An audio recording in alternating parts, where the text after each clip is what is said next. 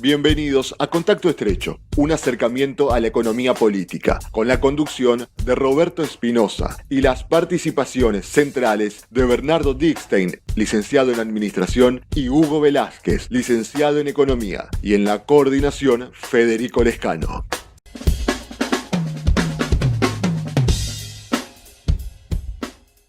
Hola, buenas noches. Otra vez, otra emisión de Contacto Estrecho. Y como siempre, tratamos temas que tienen que ver con la actualidad. Y en esta oportunidad, por supuesto, se habló mucho acerca de la toma de tierras.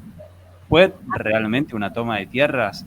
Es el primer interrogante rápidamente que tenemos que revelar y por supuesto, la respuesta es no. Pero hay antecedentes históricos para entender de dónde viene esta problemática de las tierras en nuestro país, en un país extremadamente extenso en su territorio, uno de los países con mayor superficie territorial del continente y del mundo, y es por eso que es pertinente presentar al licenciado en Economía Hugo Velázquez, que por supuesto tiene mucho, pero mucho para hablar acerca de este tema. Buenas noches, Hugo, ¿cómo vamos? Buenas noches, Robert, ¿cómo estás? Digo bien, Hugo, que este tema no es un tema nuevo, que esto es algo ya que hace mucho tiempo, que hay un montón de experiencias históricas que podés describir acerca de por qué esta problemática de tierras no es novedoso. Y ya en el siglo XX, para fines de la década del 20, ya las mejores tierras productivas ya estaban repartidas en pocas familias. Eso ya comienza con la primera expansión hecho en 1820 en adelante, con los directores supremos, como Martín Rodríguez, que ya se expandió hasta lo que hoy es Mar del Plata, después con Rivadavia, que se llegó hasta enfrente de lo que hoy es Viedma, en Carmen de Patagones. Después viene la otra expansión de la primera campaña al desierto de Rosas, primera campaña de Rosas, y después la segunda campaña, que fue mucho más grande todavía, y donde a los participantes se les pagaba con tierra. Entre ellos, Rosa recibió más de 100.000 hectáreas, incluido la isla de Choel. Miren el mapa, la isla de Choel está en Río Negro, Lugares paradisíacos hoy, ¿no? Hoy paradisíacos, sí. Lugares turísticos. Sí, y bueno, hay otro ejemplo, como al Perito Moreno, que después de arreglar el tema limítrofe con Chile, le dieron lo que hoy es toda la zona de Bariloche. Y él, en cambio, lo donó para un parque nacional. Y él, ahí comenzó los parques nacionales en la Argentina. Una pregunta que se viene, me parece que se impone, Hugo, que tiene que ver con las ocupaciones de tierras. En este aspecto, esa donación o esa entrega que hacen en la campaña del desierto, Sí. Hay que mencionar algo que me parece que es relevante y que tiene que ver con los originarios, no los representantes de los pueblos originarios que ocupaban esas tierras, que eran los dueños de esa tierra. Seguramente estaban los mapuches o estaban alguna comunidad originaria, ¿o no? No, ahí hay una discusión histórica. El líder era Calfucurá, que tenía un escriba francés, y a Calfucurá siempre se lo consideró como chileno. En realidad había nacido en Chile.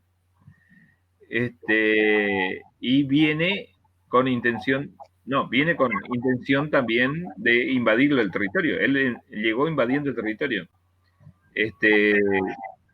Eso le costó sangre a las tribus del sur de la provincia de Buenos Aires, frente a Calfucurá, en la toma de la provincia de parte de la provincia de Buenos Aires. Digamos, a ver, para tener una idea, que Calfucurá llegó a manejar lo que hoy más o menos denominamos Comahue, pero llegó un poquito más arriba porque llegó hasta el sur de la provincia de Córdoba, su zona de control. Y con los ataques permanentes sobre los pueblos de Buenos Aires, Santa Fe y de Córdoba, ¿no? El sur de Santa Fe y de sur de Córdoba.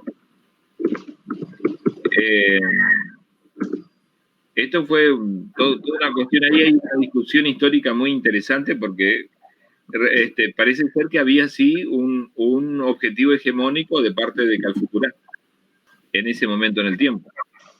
Pero más allá de eso, porque, bueno, es famoso, por ejemplo, ¿ven los pueblos que terminan en Co? Cutralcó, por ejemplo. Uh-huh. Bueno, eso lo pusieron los mapuches y lo que significaba era que ahí había un corral. ¿Por qué? Porque iban y saqueaban los animales, saqueaban las localidades del sur de la provincia de Buenos Aires, de Santa Fe, de Córdoba, etcétera, y iban llevando los animales a Chile. Y cada tanto tenían un corral, un COP. Por eso, fíjense en el mapa, hay varias localidades que se llaman, que terminan en COP. Pues significa corral. Era parte de los saqueos que hacían los mapuches en esa zona, liderados por Calfucurá. Bueno, a eso se frenó y el Estado-Nación lo toma a partir de la campaña que hizo el general Roca. Ahora, las consecuencias para los originarios fue bastante mala, porque cerca de 10.000 originarios pasaron a la servidumbre en distintas haciendas de los grandes terratenientes de Córdoba, Santa Fe, Buenos Aires. Cuando decís servidumbre, Hugo, ¿estás hablando de esclavitud? Y es un intermedio entre el hombre libre y la esclavitud, entre un trabajador y la esclavitud.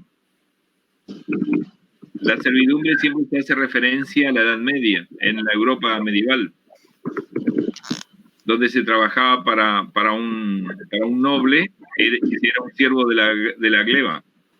Y ellos terminaron se dividió esos originarios, se los dividió entre distintos hacendados para el trabajo, bueno, justamente en la ganadería, especialmente en la ganadería. Y Hugo, cuando se piensa, por ejemplo, ya tomando este antecedente histórico, cuando se piensa en una reforma agraria, ¿es alocado graficar, por ejemplo, comparar lo que ocurría en esa época con lo que ocurre ahora? Pero ¿se podría decir en ese contexto, Hugo, que ahí sí hubo una reforma agraria?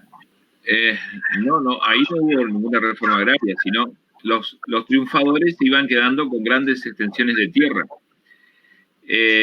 Después, donde sí, en el mismo momento histórico, donde fue un proyecto alternativo al de los grandes terratenientes de la provincia de la Pampa Húmeda, de Córdoba, Santa Fe y Buenos Aires, en la Pampa Húmeda, la alternativa fue las colonias, que se dan más o menos en la misma, se empieza a dar en el mismo momento histórico. Y en las colonias fue más racional la distribución de tierras. Por ejemplo, provincia del Chaco.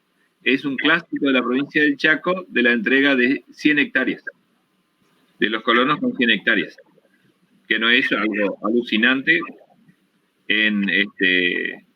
como propietarios de tierra, digamos, no es algo exagerado. Es más racional. Una familia que tenga 100 hectáreas, bueno, no es lo mismo tener 120.000 hectáreas, como tenían los grandes terratenientes. Es en el mismo momento histórico tuvimos dos modelos de uso de la tierra en el país. Es muy interesante esta etapa. Las colonias por un lado y por el otro lado los grandes terratenientes. Colonias por un lado, los terratenientes por el otro. Por el otro. Y además, no olvidemos que las colonias de inmigrantes también desarrollaron la agricultura mientras tanto. y los terratenientes fundamentalmente eran hacendados. De allí el viejo dicho de Sarmiento, que los nombraba, los decía, la oligarquía con olor a bosta gobierna la república. ¿Por qué? Porque se dedicaban a la producción ganadera, fundamentalmente. Bueno, ya se habla que para el principio del siglo XX, las mejores tierras de la pampa húmeda ya estaban distribuidas. Y eso hizo que no se asienten más inmigrantes en la Argentina. De la gran corriente de inmigración que venía europea, evitó que más inmigrantes se queden en la Argentina, porque si tenían acceso a la tierra, como por ejemplo los fundadores de Resistencia. Ellos vinieron y entonces le ofrecieron estar alquilando campos, ser inquilinos de campo o aparceros en Basavilbaso, en Entre Ríos. Y ellos dijeron, bueno, pero para arrendar campo no hubiéramos quedado en Italia nada más. A lo que hoy llamamos Resistencia, que en ese momento era la colonia de la Resistencia nada más. Por eso es tardío la incorporación de la tierra en la provincia del Chacos, Formosa, norte de Santa Fe, Misiones, los valles en la Patagonia. Y es una cosa interesante, donde mejor se distribuye tierra, la población suele aumentar. Hay mayor población, porque donde hay grandes extensiones de tierra no suele haber mucho asentamiento de familias. Por lo tanto, a largo plazo no crece tanto la población como, bueno, justamente Chaco y Misiones son el ejemplo. Hoy Misiones es la 9ª provincia más poblada y Chaco la 10ª provincia más poblada. Los procesos donde se distribuyó más racionalmente la tierra entre las familias, a largo plazo desarrollan más población. Eso hizo que después parte de los hijos se vayan a las ciudades y se transformen o en obreros o en profesionales. Y contribuyeron al desarrollo industrial de esos países, donde tenían mejor distribución de tierra. En el caso de la región, hay un buen trabajo del doctor Becil y la licenciada Hellman, donde van comparando el desarrollo, la tenencia de la tierra en todas las provincias de la región, y el Chaco era la que mejor distribución de tierra tenía. Qué casualidad, en 1960 ya le pasó a 2 provincias vecinas que ya tenían distribuido las mejores tierras hace 200 años. Es el caso de Corrientes y Santiago del Estero. Y ya le pasó en población. Además, no olvidemos que en la Constitución del Chaco de 1957 había un artículo especial para evitar los minifundios y los latifundios antieconómicos. Y había todo 3, 4 artículos específicos de cómo debería ser la entrega de tierras. Ese dato que está citando Hugo en relación al tema de la Constitución de Chaco, ¿lo tiene la Constitución Nacional? No lo tiene la Constitución Nacional. ¿Debería tenerlo, consideras?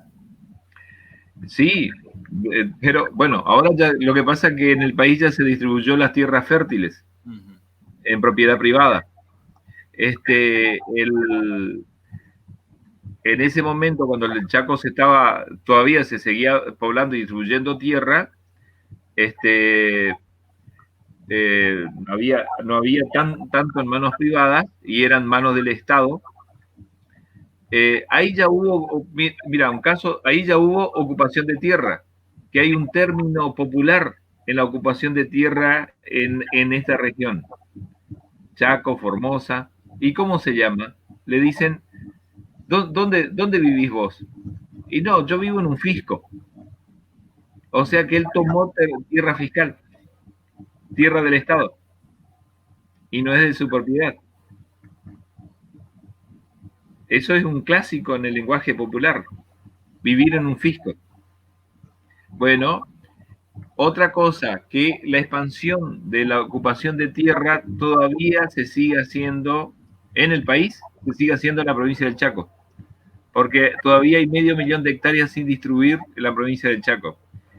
Les recuerdo que para el 2000 había 3 millones de hectáreas sin distribuir. Por eso Chaco en los 90 y ahora en el siglo XXI tuvo expansiones fuertes de la frontera agrícola. En 1995 Chaco producía agricultura en 500.000 de hectáreas. En un año, 1995, pasó a 1 millón de hectáreas, duplicó las áreas sembradas. Y para 2018 ya estaba en 1.600.000 hectáreas. Y se esperaba que para el 2020 lleguen a 2 millones de hectáreas sembradas en el año. No llegaron, pero bueno, llegarán en el 21, en el 22, en el 23. Hugo, y todavía hay 500.000 de hectáreas a mano del Estado sin distribuir, ¿sí? Y en relación a ese avance de tierra sembrada en Chaco, ¿se toma en cuenta lo que decía, lo que subrayaba Bernardo en relación al tema de que el Estado que habría que tener algún ente que regule qué se siembra, por qué buscar un cierto criterio a la hora de sembrar y no que cada uno disponga según su propia voluntad qué se siembra? ¿Ese criterio se toma en cuenta en Chaco? Sí, se tuvo en cuenta por mucho tiempo. Hay un instituto de colonización que trabajó en ese tema, que fue mejor, peor, tuvo defectos, bueno, pero había un organismo de control para el tema tierras. Y por eso todavía en el 2000 había 3 millones de hectáreas sin distribuir. Aunque, ¿qué pasó? Hubo un problema en el cambio constitucional. El cambio constitucional de 1994 en la provincia de Chaco, en la vieja constitución no se permitía que las sociedades anónimas accedan a la tierra pública. La constitución de 1994 la permitió. Ajá, ¿y eso como un retroceso en el proceso de concentración de tierra. Chaco, que tuvo en términos relativos una mejor distribución de tierra que las provincias del Nordeste y otras provincias del país, tuvo unas medidas de retroceso a partir de la Constitución del 94, de la reforma que se hizo constitucional del 94, al permitir que las sociedades anónimas puedan acceder a la tierra pública. Y después empezaron a aparecer propietarios con grandes extensiones de tierra. Pero grandes, digo, en miles y miles de hectáreas, ¿no? Ya no es, ni siquiera es un propietario con 1.000 hectáreas, que ya parece bastante grande, sino con gente con 10.000 hectáreas, ¿no? Propietarios de 10.000 hectáreas para arriba. O sea que fuimos en un retroceso en el tema de la propiedad de la tierra en el Chaco. También un fenómeno de los 90 y con la variedad de producción, porque se salió de la monoproducción a una producción más diversificada,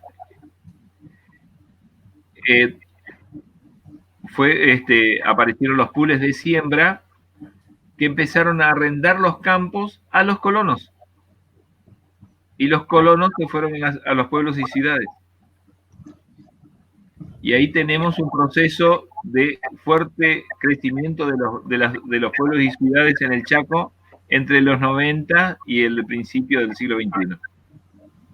En un momento, en los 90, la policía del Chaco informaba que para Gran Resistencia estaban entrando por mes cerca de 8.000 personas nuevas venían a vivir a Gran Resistencia, que fue un periodo de muchos asentamientos, porque, bueno, hubo un proceso se alquilaban los campos a los pools de siembra y los propietarios emigraban a las ciudades. Es un fenómeno nuevo en el Chaco.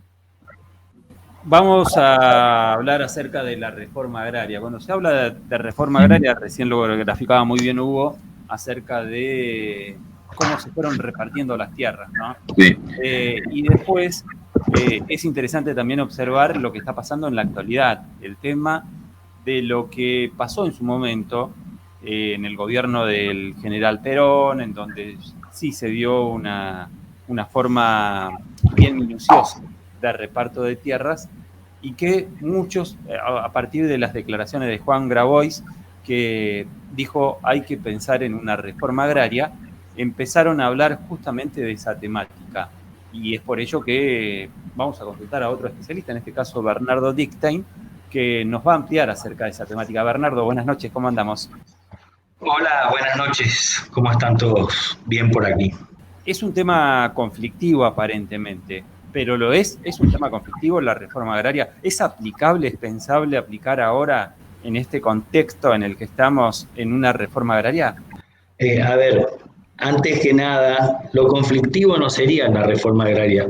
Lo que ya es conflictivo es la tenencia de la tierra en Argentina, que Hugo graficó muy bien cómo está el panorama, y hay unos números interesantes de qué proporción de los propietarios, creo que cerca del 1% de los propietarios tienen el 34% de las tierras disponibles, o sea que eso ya nos puede dar una idea de lo que ocurre. Pero esto también tiene que ver con una cuestión, algo lo tocó Hugo y profundizó bastante, tiene que ver con el proyecto de país.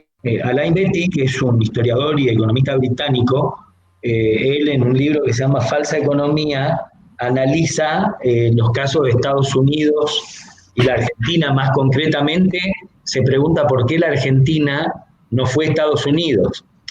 Y aparte de que señala la resistencia a la industrialización del país por parte de las clases que se vienen repitiendo desde la consolidación del Estado-Nación, él hace mucho hincapié y grafica muy bien lo que fue la distribución de la tierra en un lugar y en el otro, y él tiene una frase algo así como diciendo, más allá de que no sean números exactos, pero dice, en Estados Unidos a 10 millones de personas se le dieron 200 hectáreas cada uno, y en la Argentina a 200 personas se le dieron 10 millones de hectáreas, ¿no?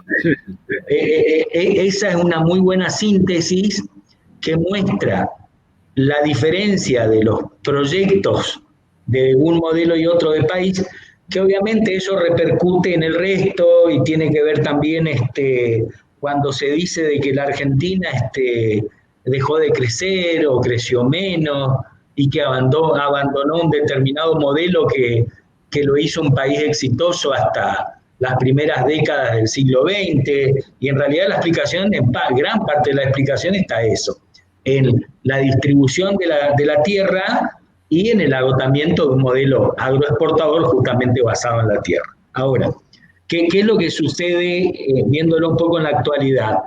En Argentina, por ejemplo, cerca del 90% de la soja se produce en tierras arrendadas, es decir, que la mayoría de los productores, especialmente los pequeños y medianos, no son propietarios de las tierras donde siembran y cosechan. Entonces, ¿esto qué quiere decir? De que en la Argentina, aparte de una distribución injusta de la tierra, hay una gran posesión de tierra con fines meramente rentísticos, no con fines productivos. Especulan con el valor de la tierra en función de cómo es la cotización internacional de los commodities, y si esa cotización tiene una seguidilla de años malos, cosa que se fue revirtiendo en los últimos tiempos, entonces directamente lo que se hace, esto también hay suficiente documentación como para analizarlo, se notan cada tanto grandes familias terratenientes que van vendiendo porciones de tierra como para poder cubrir sus necesidades. En definitiva, gran parte de la tierra en la Argentina nunca fue apropiada o tenida con fines productivos, sino fundamentalmente con fines especulativos. Ahora, la pregunta es, ¿cómo se cambia eso? Y evidentemente hay que comenzar por tierras fiscales, que todavía en la Argentina hay abundante, con metas muy precisas en calidad de qué y con qué objetivo se quiere entregar tierras fiscales, especialmente a los pequeños y los medianos productores, en qué regiones del país. Hay mucho por hacer.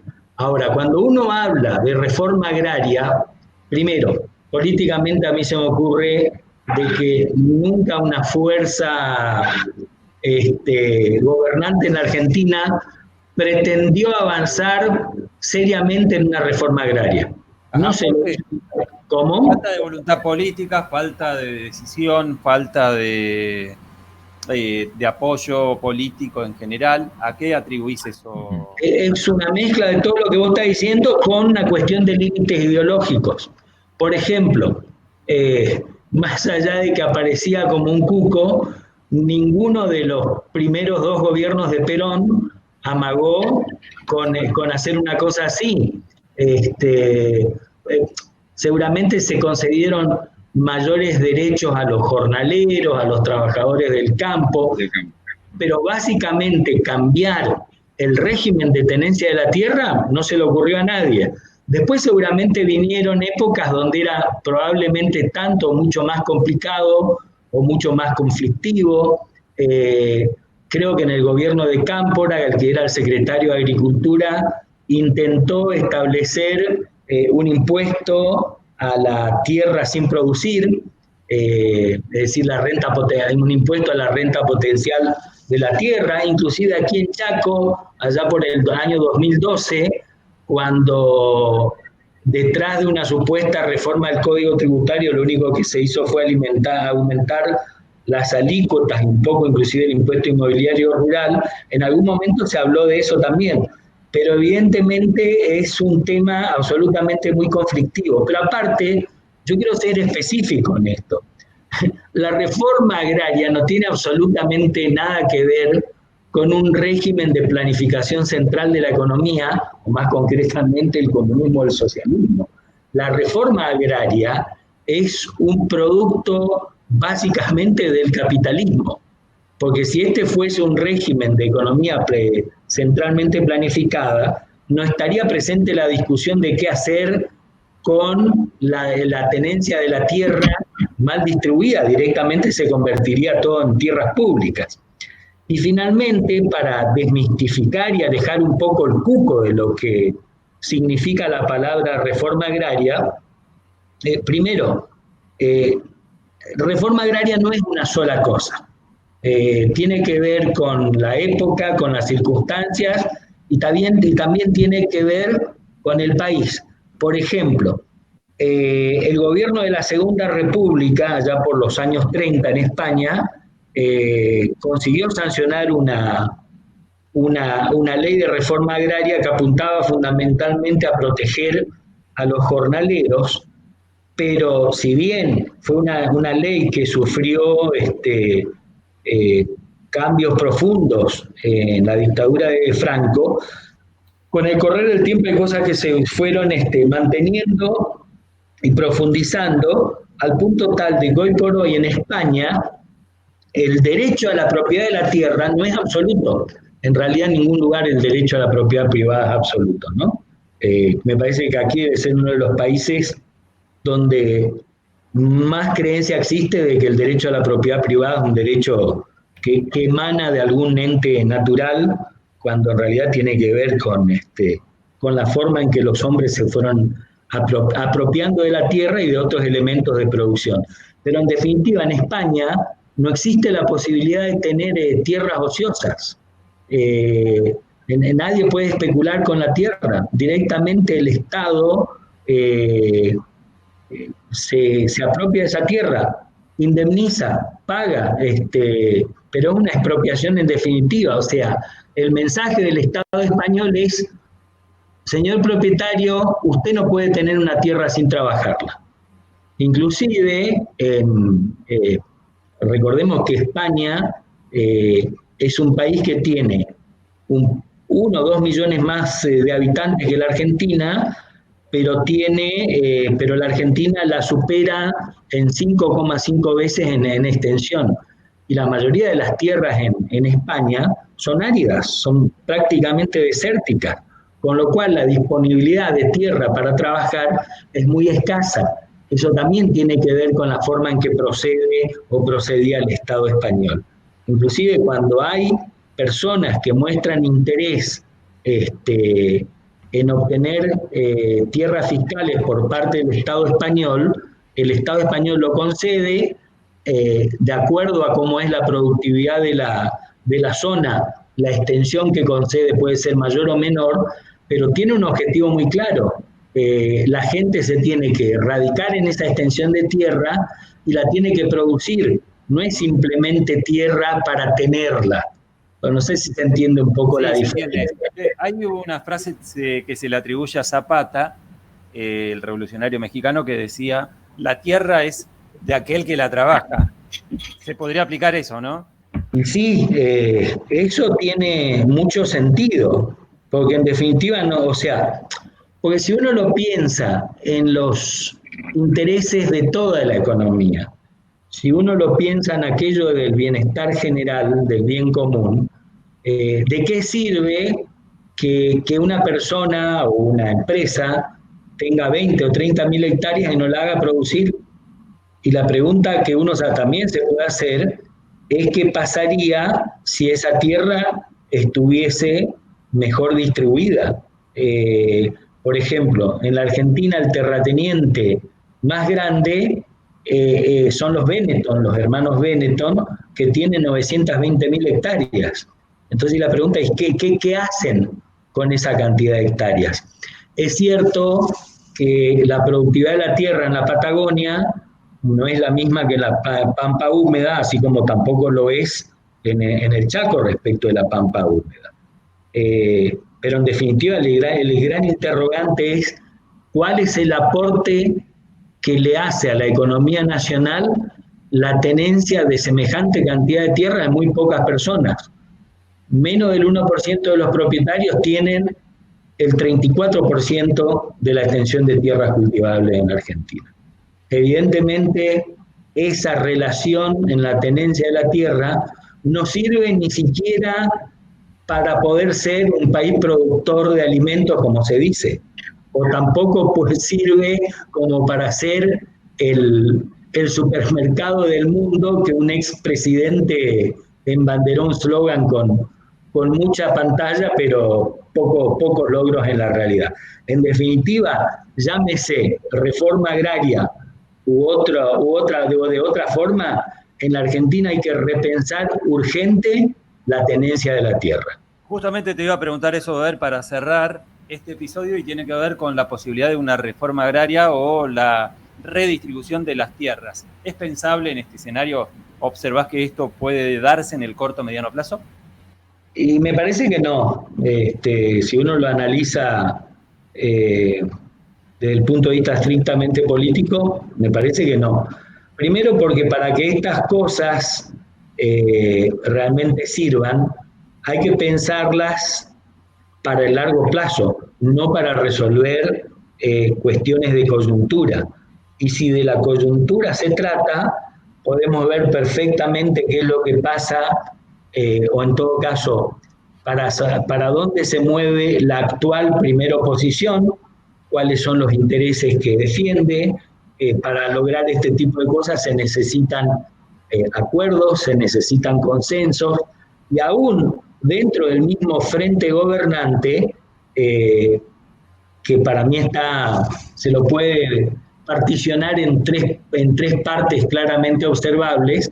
Dentro de ese propio frente hay sectores que se negarían a avanzar en forma profunda en una reforma en el régimen de tenencia de la tierra, que esto no se agota únicamente en una ley, dictar una ley, porque tiene que ver con la ley de tenencia de la tierra, pero tiene que ver con la disponibilidad de comunicaciones y tiene que ver con la disponibilidad de créditos para quienes explotarían esas tierras, y tiene que ver con pensar qué es lo que se quiere que se exploten esas tierras, es decir, que se produzca. No se trata simplemente de darle una extensión de tierra a cualquier persona, largarla a su buena suerte y que produzca lo que él entiende que está bien. Claro, Esto- se vuelcan, Bernardo, al cultivo de moda, como ha sido la soja, y que termina siendo también contraproducente para el ecosistema, ¿no? Exactamente, este tema de reforma agraria o no, cambio en el régimen de tenencia de la tierra, tiene que formar parte de una planificación a varios años y tiene que ver también con la rediscusión del modelo de acumulación y producción en la Argentina. Bien, con esta última definición que da Bernardo, damos por cerrado esta emisión especial de Contacto Estrecho y los esperamos como siempre la semana que viene.